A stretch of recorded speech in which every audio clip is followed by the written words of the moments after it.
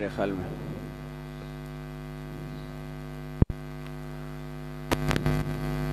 بسم اللہ الرحمن الرحیم. تعلیم دین کورس سال اول کے ساتھی کتابیں کھول لیں. حدیث مبارکہ کا سبق ہے زاد الطالبین کتاب کھول لیں.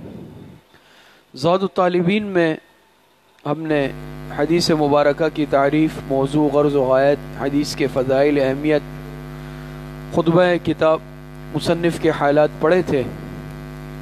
پھر اس کے بعد الباب الاول ہم نے شروع کیا تھا. الباب الاول فی جوامع الکلم ومنابع الحکم والمواعظ الحسنہ. پہلی حدیث انما الاعمال بالنیات سے متعلق تھی جو ہم نے پڑھی تھی. اس کے بعد الجملۃ الاسمیہ آپ کو نظر آ رہا ہے نا. یہاں اس کے بعد جو حدیث نمبر 2 ہے الدین النصیحہ، یہاں سے انشاءاللہ آج ہم سبق پڑھیں گے. بسم اللہ الرحمن الرحیم. قال رسول اللہ صلی اللہ علیہ وسلم الدین النصیحۃ. جناب نبی کریم صلی اللہ علیہ وسلم کا ارشاد مبارک ہے الدین النصیحۃ، دین سراسر خیر خواہی ہے. دین سراسر خیر خواہی ہے. ترجمہ سمجھ میں آیا؟ اولا سلو کر. نصیحت کے 2 معنی آتے ہیں. ایک اپنے نصیحت ہی کے معنی میں کہ دین یہ سراسر نصیحت ہے، اور دوسرا نصیحت یہ خیر خواہی کے معنی میں ہے کہ دین یہ خیر خواہی کا نام ہے. تو ہمارے یہ جو دین اسلام ہے یہ سراسر خیر خواہی ہے. اس میں کسی بھی مسلمان کے لیے بدخواہی نہیں ہے، سراسر خیر خواہی ہے. یہ جامع حدیث ہے. دیکھیں 2 الفاظ ہے الدین النصیحۃ، دین سراسر خیر خواہی ہے. لیکن اگر انسان صرف اس ایک حدیث پر بھی عمل کر لے تو دنیا کے بہت سارے لڑائی جھگڑے شکوے گلے یہ سب ختم ہو جائیں گے. تو نصیحت مانے آتے ہیں خیر خواہی، یعنی ہمارا یہ دین یہ خیر خواہی کا مذہب ہے. اس میں کسی کے لیے بدخواہی ہے ہی نہیں. بات سمجھ میں آ رہی ہے؟ خیر خواہی کا کیا مطلب ہے کہ انسان ہر ایک کے لیے اچھائی سوچے، اچھا سوچے، کسی کے متعلق برا نہ سوچے. بات سمجھ میں آ رہی ہے؟ کسی کے لیے برا نہیں سوچے، ہر ایک کے لیے اچھا سوچے، ہر ایک کی خوشی میں شریک ہو، غمی میں شریک ہو. بات سمجھ میں آ رہی ہے؟ بیمار ہو عیادت کے لیے جائے، ہر ایک کے ساتھ تعاون کا جذبہ ہو، مدد کا جذبہ ہو. یہ خیر خواہی کہلاتا ہے. آج اگر دیکھا جائے تو عام طور پر یہ جذبہ آج ہمارے اندر نہیں ہے. اور جیسے کہتے ہیں نا کہ اخلاص، مخلص رہنا کسی کے ساتھ. تو دین نے ہمیں یہی سبق دیا ہے کہ ہر ایک کے ساتھ خیر خواہی کا جذبہ رکھا جائے اور ہر ایک کے ساتھ انسان مخلص رہے، چاہے والدین ہے، اولاد ہے، بہن بھائی ہے، رشتہ دار عزیز اقارب ہے، دوست ہے، اساتذہ ہے، مشائخ ہے، متعلقین ہے، کوئی بھی ہے، ہر ایک کے ساتھ انسان مخلص رہے. بات سمجھ میں آ رہی ہے؟ آج سب سے بڑا مسئلہ ہمارا بدنیتی ہے. نیتوں کی خرابی کی وجہ سے آج ہماری اپنی منزلیں کھوٹی ہو رہی ہے. یہ بات یاد رکھے، جو انسان نیت کو صاف رکھتا ہے، دوسروں کے لیے اچھا سوچتا ہے، اللہ پاک ایسے شخص کے راستے غیب سے کھول دیتے ہیں. اس کے لیے ہر چیز کا راستہ آسان ہو جاتا ہے. لیکن خدا نخواستہ اگر انسان کسی کی بدخواہی چاہتا ہے، اس کے متعلق صحیح نیت نہیں رکھتا، کسی کے راستے میں روڑے اٹکانے کی کوشش کرتا ہے، تو اللہ پاک کا نظام ہے نا غیبی، اللہ پاک اس شخص کے لیے مشکلات پیدا کر دیتے ہیں، اس کے اپنے راستے بند ہو جاتے ہیں. بات سمجھ میں آ رہی ہے؟ تو دیکھیں دین نے ہمیں کیا حکم دیا، شریعت نے، کہ الدین والنصیحہ. دین میں بدخواہی ہے ہی نہیں، بدخواہی نہیں ہے. آج ہماری سب سے بڑی مصیبت اور المیہ یہ ہے، ہر انسان دوسرے کی ٹانگ کھینچنے میں لگا ہوا ہے. ہر ایک چاہ رہا ہے کہ اس کے ساتھ برا ہو جائے، اس کا نقصان ہو جائے. آج کسی کی ترقی دیکھتے ہیں اور کسی کا عروج دیکھتے ہیں، کسی کے پاس نعمت دیکھتے ہیں، آج وہ مجھ سے برداشت نہیں ہو رہا. ہر ایک دوسرے کے لیے بری سوچ لے کر بیٹھا ہوا ہے. تو دین اور شریعت کا یہ حکم نہیں ہے. ہر ایک کے لیے انسان دل کو کیا کرے؟ دل کو صاف رکھے، دل میں بھلائی اور اچھائی کے جذبات رکھے۔ بات سمجھ میں آ رہی ہے؟ تو خیر خواہی کا مطلب سمجھ گئے نا، کہ انسان ہر ایک کے لیے اچھا سوچے۔ تو فرماتے ہیں الدین النصیحۃ، دین سراسر خیر خواہی۔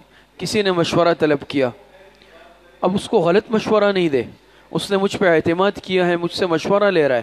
بہت سارے معاملات میں انسان مشورہ لیتا ہے، کوئی رشتوں کا معاملہ ہے، بچوں کا، کاروبار، تجارت، لین دین، یا کوئی بھی ہے، انسان اپنے کسی کو مخلص سمجھ کر مشورہ لیتا ہے، آپ مشورہ دیں۔ اب مجھ سے مشورہ لے رہے ہیں، خدا نہ خواستہ میری نیت صحیح نہیں ہے، میں جان بوجھ کر غلط مشورہ دے رہا ہوں، تو یہ بہت ہی غلط عمل ہے، بہت ہی بری بات ہے، یہ خیر خواہی نہیں کہلائے گی۔ خیر خواہی یہ ہے کہ میں جس چیز کو اچھا سمجھ رہا ہوں اس کو وہی مشورہ دے دوں۔ بات سمجھ میں آ رہی ہے؟ وہ فرمایا کہ الدین النصیحۃ، دین سراسر خیر خواہی ہے۔ تو انسان خیر خواہانہ جذبہ رکھے۔ پھر خاص طور پر جیسے میں نے عرض کیا کہ جن کے انسان پر حقوق ہوتے ہیں، جیسے ماں باپ ہے، ماں باپ کے لیے انسان کبھی بھی بدخواہی نہ کرے۔ اسی طریقے سے اساتذہ کرام ہیں، یا انسان کا جن مشائخ بزرگوں سے تعلق ہوتا ہے۔ بات سمجھ میں آ رہی ہے؟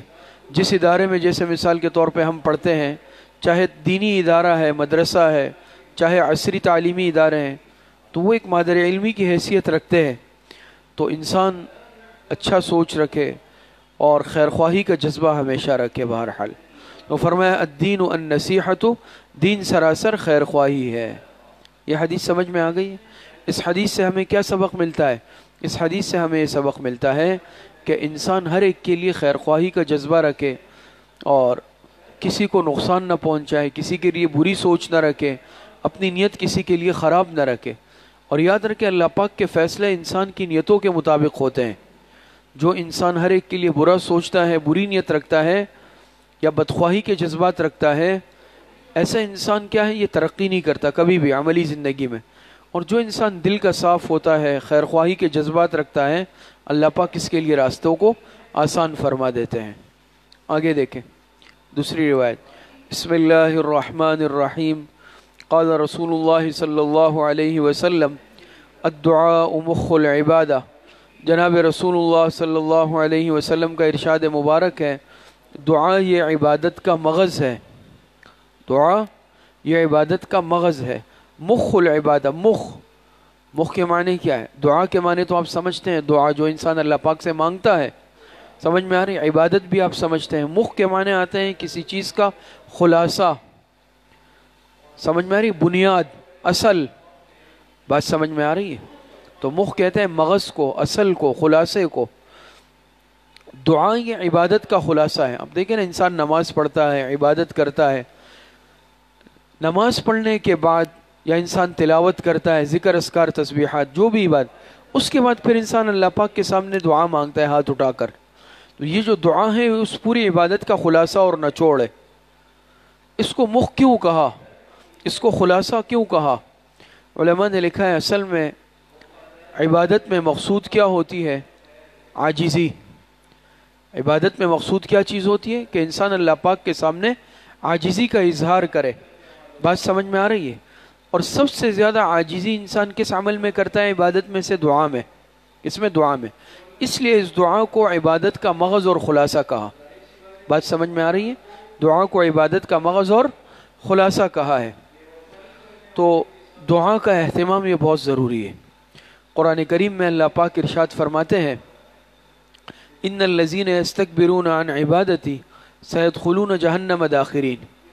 تو ان الذین یستکبرون عن عبادتی ای عن دعائی، عبادت کو دعا کے معنی میں اکثر مفسرین نے لیا ہے کہ عن عبادتی ای دعائی، کہ بے شک اللہ پاک فرماتے ہیں جو بندے دعا مانگنے سے، مجھ سے مانگنے سے تکبر کرتے ہیں تو عن قریب ان کو جہنم میں ذلیل کر کے داخل کیا جائے گا۔ تو جو بندہ اللہ پاک کے سامنے دعا مانگتا ہے، اللہ پاک اس بندے سے خوش ہوتے ہیں۔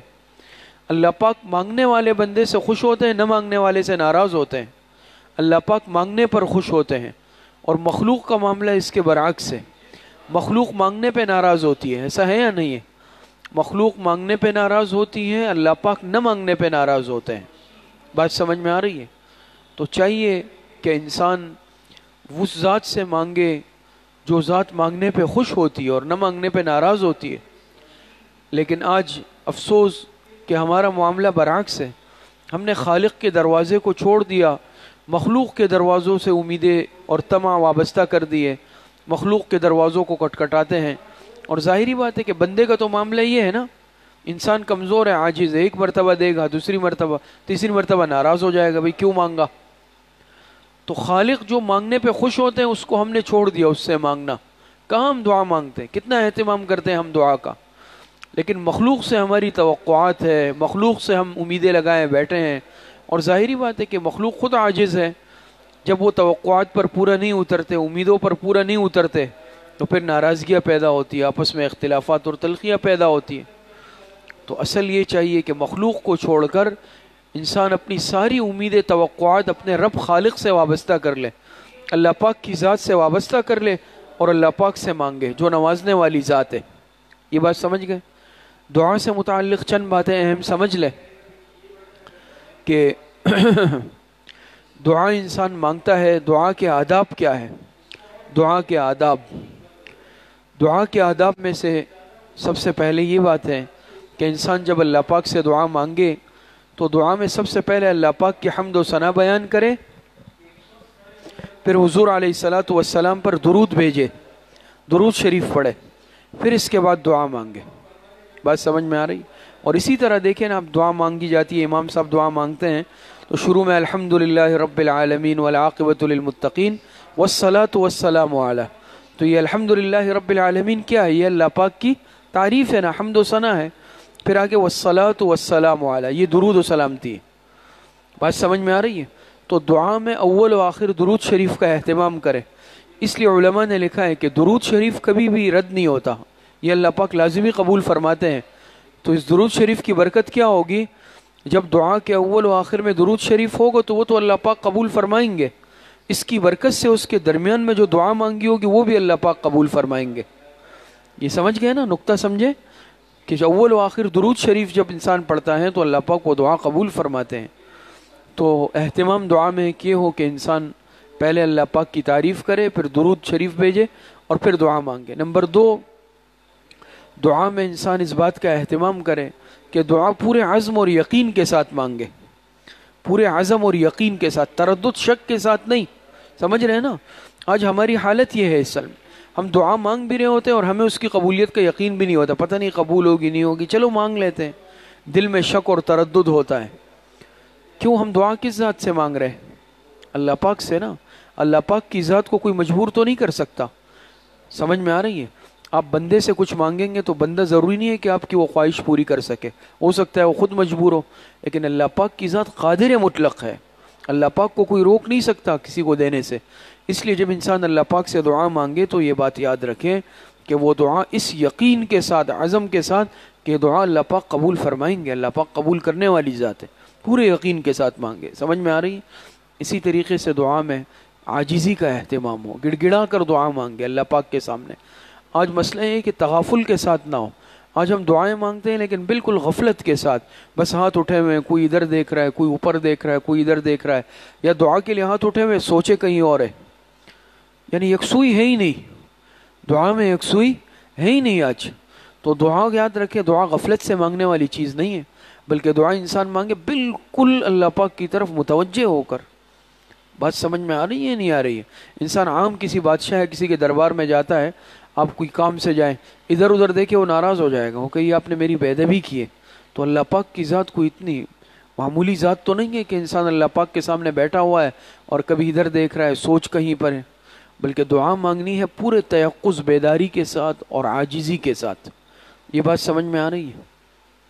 اسی طرح ایک بات سمجھ لیں کہ دعا کی قبولیت کے لیے جو بنیادی چیز ہے نا، وہ ہے رزق حلال کا اہتمام، حلال کا لقمہ.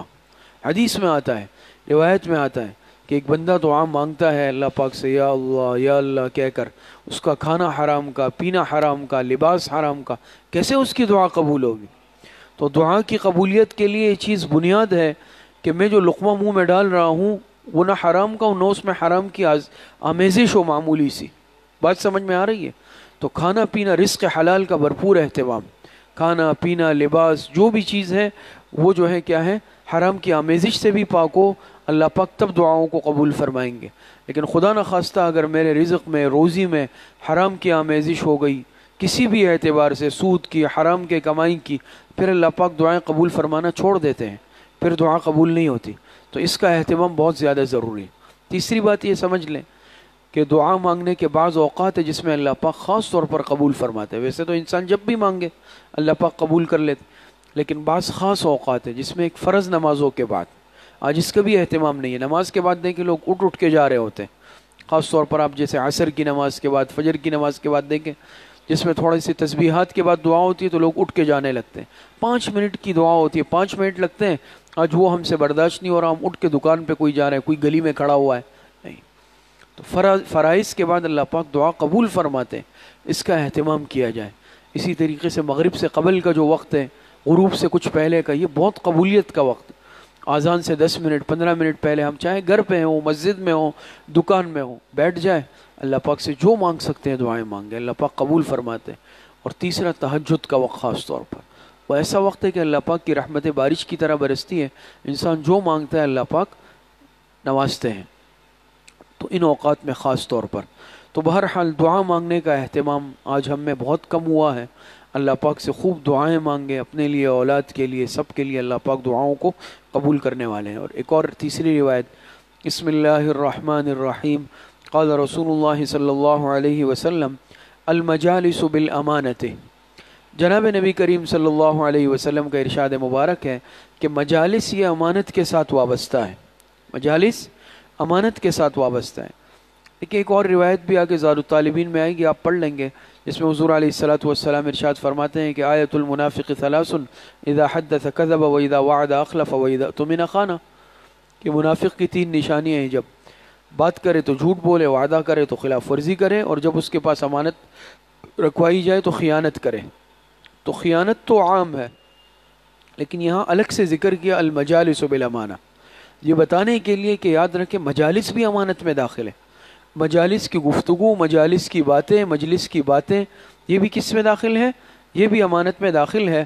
اور مجلس کی باتوں کو یعنی غیر متعلقہ شخص کے سامنے کرنا یا غلط نیت سے کسی تک پہنچانا، یہ بھی بدترین خیانت ہے.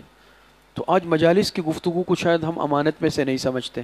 تو یہ بات اچھی طرح سمجھ لیں کہ یہ مجلس کی جو باتیں ہوتی ہیں امانت ہوتی ہے. اب دیکھیں مجلس 2 قسم کی ہوتی ہے.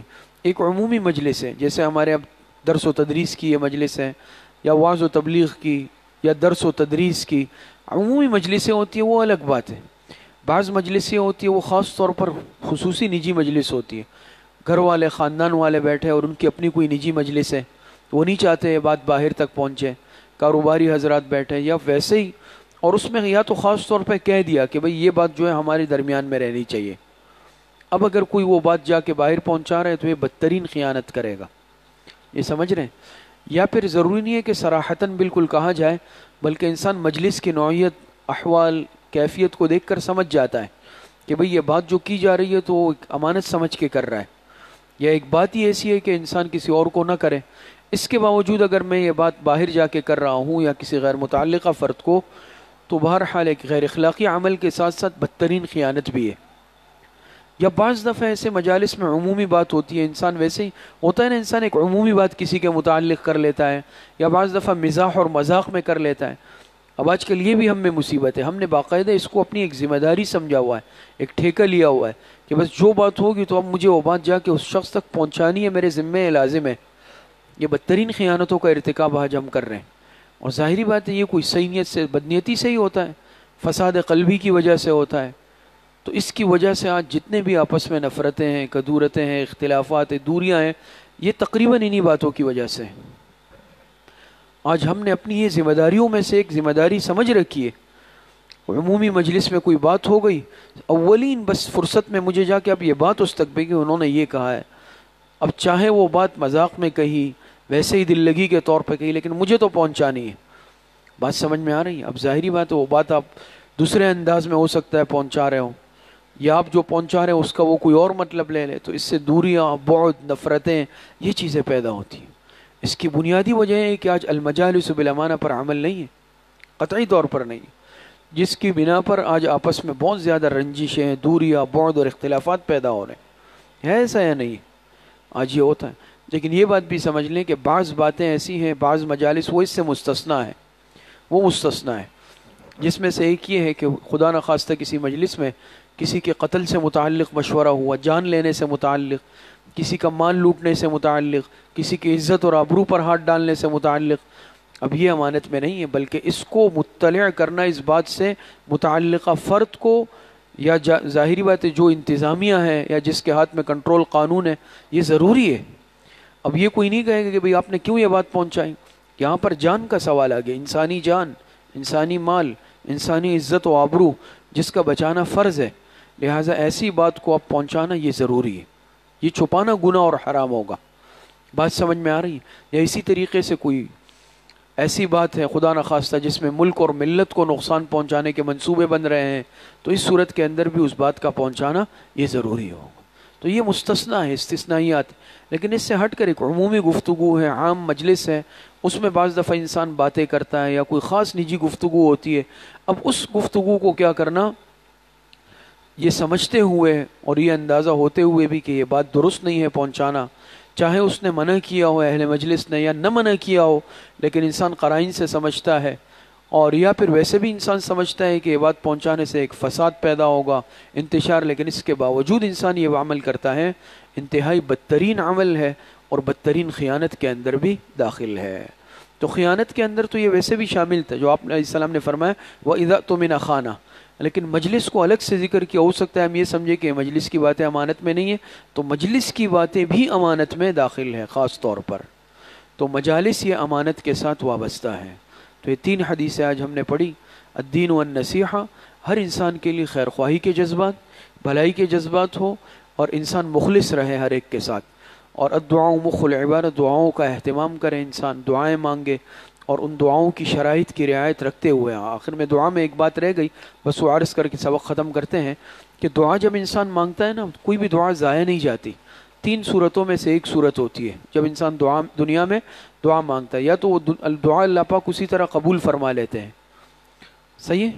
نمبر 2، یا وہ دعا قبول نہیں ہوتی، اس کے بدلے میں اللہ پاک انسان سے کوئی پریشانی مصیبت دور کر دیتے ہیں. اور نمبر 3، وہ دعا دنیا میں قبول ہی نہیں ہوتی، نہ کوئی پریشانی دور ہوتی ہے، آخرت کے لیے اللہ پاک ذخیرہ کر کے رکھ دیتے ہیں. اور روایت سے ثابت ہے، بندہ آخرت میں جائے گا، نام اعمال میں بہت ساری نیکیاں دیکھے گا جو اس نے نہیں کی ہوگی، پوچھے گا، اللہ پاک فرمائیں گے، اس کو کہا جائے گا یہ وہ دعائیں ہیں تم نے دنیا میں مانگی تھی، قبول نہیں ہوئی تھی. وہ اتنا خوش ہوگا، وہ یہ تمنا کرے گا کاش دنیا میں ایک بھی دعا قبول نہیں ہوتی. اب آپ بتاؤں کہ دعا ضائع نہیں جاتی، لیکن آج ہمارے استغنا کی کیا حالت ہے اور کیا عالم ہے. ہم دعا مانگنے کے لیے آج میرے پاس ٹائم نہیں ہے. وہ دعاؤں کا اہتمام کرے. اور تیسری حدیث المجالس بالامانہ، کہ مجلس کی یہ جو باتیں ہیں یہ بھی امانت کے اندر داخل ہے، اس میں بھی انسان بہرحال امانت اور دیانت کا خیال رکھے. اللہ پاک صحیح عمل کی توفیق نصیب فرمائے. وآخر دعوانا ان الحمد للہ رب العالمین.